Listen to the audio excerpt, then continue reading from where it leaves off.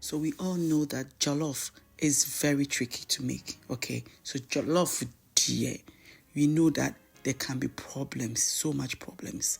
But today, I'm going to show you an easy way you can make your jollof. So jollof that is so fluffy. Just a jollof that has removed one.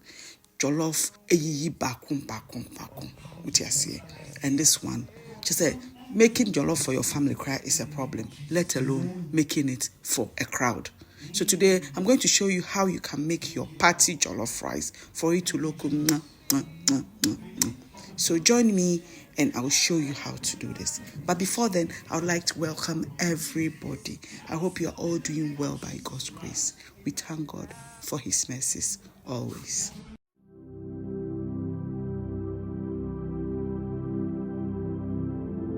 So we're going to start with our stew, okay? So the stew is what makes the jollof. If your stew is not tasty, your jollof wouldn't be tasty, okay? You cannot do any magic for your jollof to be nice unless the stew is tasty.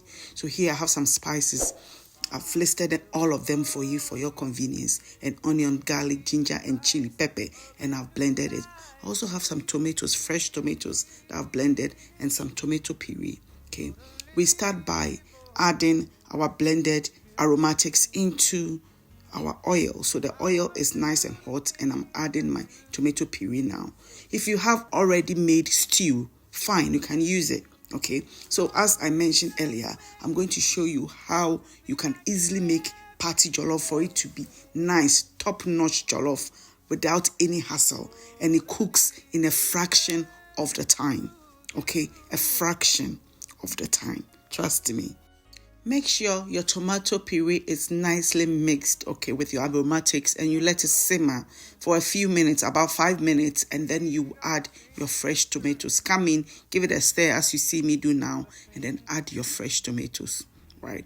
So here, if you have any unused stock, right, you can add it. But here I'm adding some water, and I'm going to let it simmer, okay? I'll cover it. I'll let it simmer for all the water or the moisture to reduce, and then we'll continue from there. So we're going to be tackling our rice, and today I'm using Royal Umbrella jasmine rice. Okay, you can use any rice of your choice, but then you have to be careful because we are going to parboil the rice. So what that means is that I'm adding hot water to the rice, okay, for it to sit for 15 to 20 minutes, not more than that.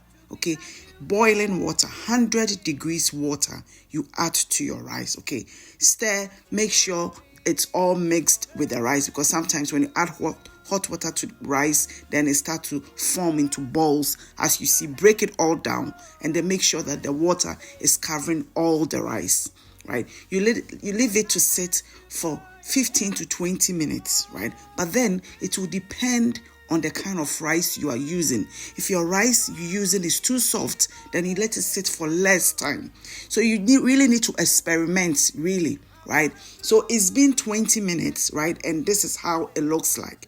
So I'm just trying to compare the raw rice and the rice that has been partly boiled, which is parboiled, for you to see. You see that the rice that is parboiled is whiter than the original rice. The original rice looks like off-white, cream bisa.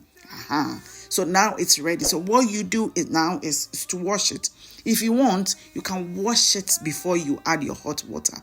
But I just wanted to do it the other way around. By that, it's the same about washing it anyway. So before or after, it works. Why? So you rinse it nicely before you add it to your stew. So here, that's what I'm trying to do, just washing it.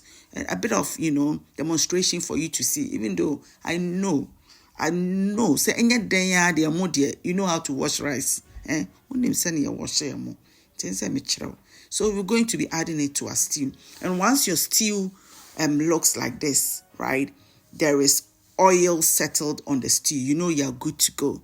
Stew, the jollof, so it doesn't need to be like all cooked like the one you eat with your rice. No, because you are going to cook it further whilst you cook the rice in it. Okay, so that one of the tricks or the tips for making party jollof is make sure you have extra stew. So what I'm doing is I am scooping some of the stew, setting it aside, so that in the eventuality that the rice becomes hard, the moisture is reduced, it's not a lot of moisture, and the rice is not cooking, you have a little bit of uncooked rice, you use that stew to avert that situation. I hope somebody has said you use the stew to combat the amona into membena edidemu baku, right? So I've added my rice. I'll stir it, make sure every rice is coated with the stew, and then you cover it and you put it on low heat. A party rice.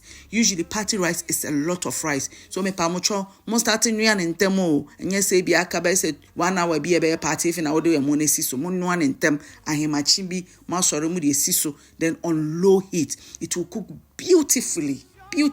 Otherwise you get smoky jollof rice. Smoky jollof rice, and no say the ingredients are nicely smoked, char smoked, and I be a woman I say simple. So this is how the rice should look like. It should be nice and soft and like how you see there shouldn't be any stew or moisture settling on top, okay? Because we've parboiled it, so it shouldn't look like that. Like how it would not normally do that, you leave some of the stew will be settling on top, okay? We cover it and you let it cook on low heat, as I said. Let me take the opportunity here to explain the kind of spices I use for this stew, okay? Because it's a party rice, you need bold flavors. You need strong spices. So the spices I showed you earlier, which I listed for you, and it will be in the description box, will be enough. You don't need anything else. You can add your Maggi cube or whatever, but then you don't need anything else. It's enough to make this stew vavavoom. And now I've come back in to stir, right? So as I was stirring, I was like, this wooden spoon, the way I know you're thick, to say, obi anano e yasano, nano po anano e yasano. That's how the wooden spoon is like. I'm like, it's going to break my jollof rice. So I used a fork, to fluff it out nicely. So try and use a fork. But then when you are doing party rice now, I wonder what fork you can use. Probably you can use a fish tube, net is a fork to, fluff it out like that.